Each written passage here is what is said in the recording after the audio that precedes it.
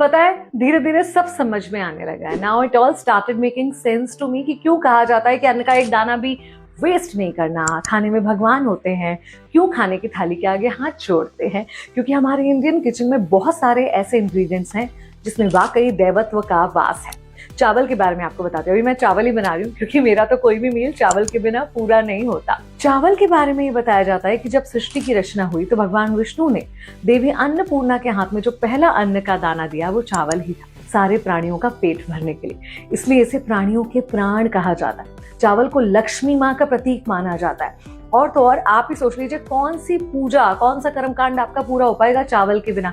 तिलक भी छोटा सा लगाते तो उसमें भी चावल की जरूरत पड़ती है। शादी होती, वर वधू एक दूसरे पर चावल डालते हैं। बहू का घर में प्रवेश चावल के कलश को पैर मारकर होता है। किसी भी पूजा में कलश को स्थापित करना हो तो वो चावल के ढेर के ऊपर करते हैं। और शुभ कामों में चावल की खीर बनाई जाती है, पितरों को चावल की खीर चढ़ाई जाती है ना। इससे पता चलता है कि चावल कितना इंपॉर्टेंट है।